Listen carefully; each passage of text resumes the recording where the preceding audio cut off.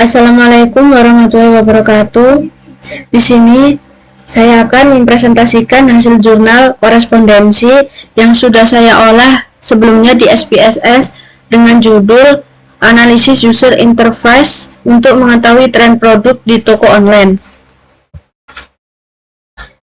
Nah, selanjutnya yaitu latar belakang. Latar belakang dari jurnal ini yaitu pertumbuhan e-commerce di Indonesia semakin pesat seiring meningkatnya jumlah pengguna internet. Shopee bahkan menjadi marketplace dengan pertumbuhan pengunjung tertinggi sejak 2018, sehingga banyak pelaku usaha tertarik untuk berjualan di platform ini. Namun, persaingan yang ketat membuat tidak sedikit penjual mengalami kesulitan dan akhirnya menutup tokonya karena tidak mengetahui produk apa yang paling diminati konsumen. Untuk itu, diperlukan analisis yang dapat membantu penjual memahami tren penjualan dan harga produk sehingga strategi bisnis yang tepat dapat disusun berdasarkan data yang nyata. Untuk alasan penggunaan metode yaitu penelitian ini menggunakan analisis korespondensi karena metode ini mampu mengungkap hubungan antar variabel kategorik seperti jenis produk, harga, dan volume penjualan. Kelebihan metode ini terletak pada kemampuannya menampilkan hasil dalam bentuk grafik sehingga pola keterkaitan lebih mudah dipahami. Dengan cara ini, peneliti dapat melihat produk mana yang paling laris serta pada kisaran harga berapa produk tersebut lebih diminati konsumen. Hasil analisis semacam ini memberikan dasar yang lebih objektif bagi pelaku bisnis online dalam mencantumkan strategi produk dan harga. Untuk metode penelitian ini menggunakan data yang dikumpulkan melalui web scraping dengan bantuan software Octopus dari halaman muka Shopee.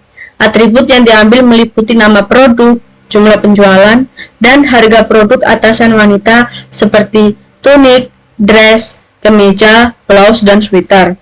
Data kemudian dikelompokkan ke dalam beberapa klaster penjualan dan harga untuk memudahkan analisis. Selanjutnya, uji Chi-square dilakukan untuk melihat hubungan antar variabel. Lalu, analisis korespondensi dijalankan dengan bantuan software SPSS untuk memetakan keterkaitan antara jenis produk, jumlah penjualan, dan rentang harga. Untuk selanjutnya yaitu ini hasil analisis hasil dari tabel kontingensi jurnal tersebut. Selanjutnya interpretasi hasil. Untuk yang pertama, berdasarkan hasil output, profil baris dan profil kolom dapat dilihat bahwa setiap jenis memiliki kecenderungan yang berbeda dalam setiap klaster. Pada profil baris, jenis 1 terbagi merata pada klaster 1 dan 2, sedangkan jenis 2 relatif seimbang pada klaster 1, 2, dan 3. Jenis 3 terlihat sangat dominan pada klaster 1, sementara jenis 4 cenderung lebih banyak berada pada klaster 3. Adapun jenis 5 paling dominan pada klaster 3 dan sebagian juga mengarah ke klaster 4. Sementara itu, pada profil kolom, klaster 1 paling banyak diisi oleh jenis 3, klaster 2 lebih didominasi oleh jenis 1, klaster 3 dan 4 diisi paling besar oleh jenis 5, sedangkan klaster 5 tidak terisi.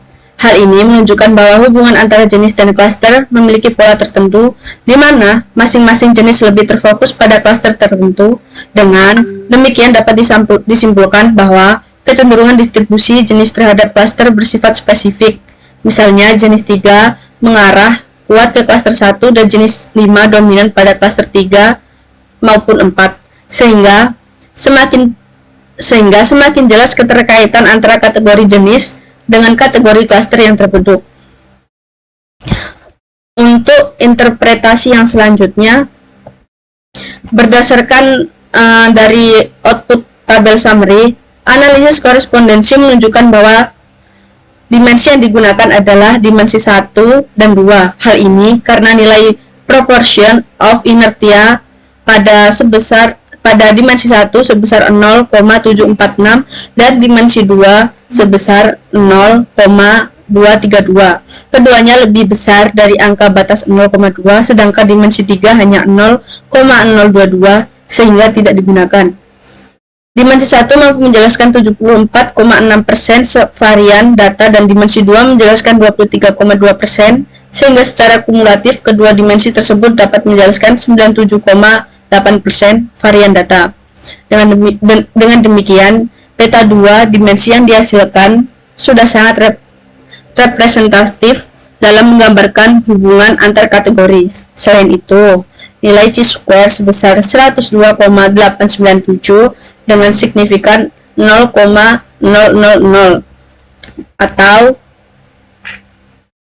kurang dari 0,05 menunjukkan bahwa hubungan antar variabel signifikan secara statistik, menegaskan bahwa informasi dalam data asli telah terwakili dengan baik, dan karena terwakilkan di atas 70%, hasil data ini dapat dipercaya untuk dijadikan dasar pengambilan keputusan.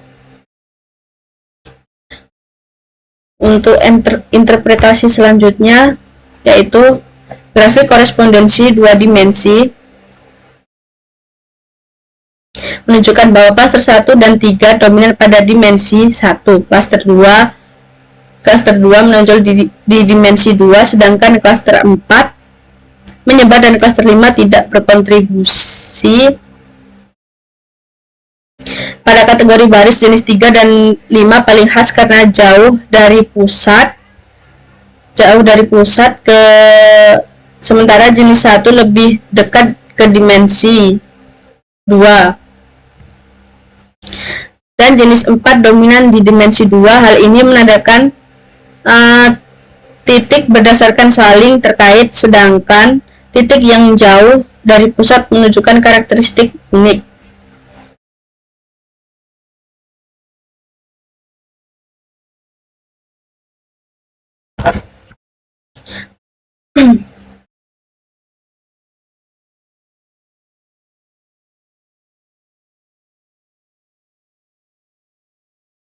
Untuk yang tadi, sebelum grafik ini ada interpretasinya juga berdasarkan output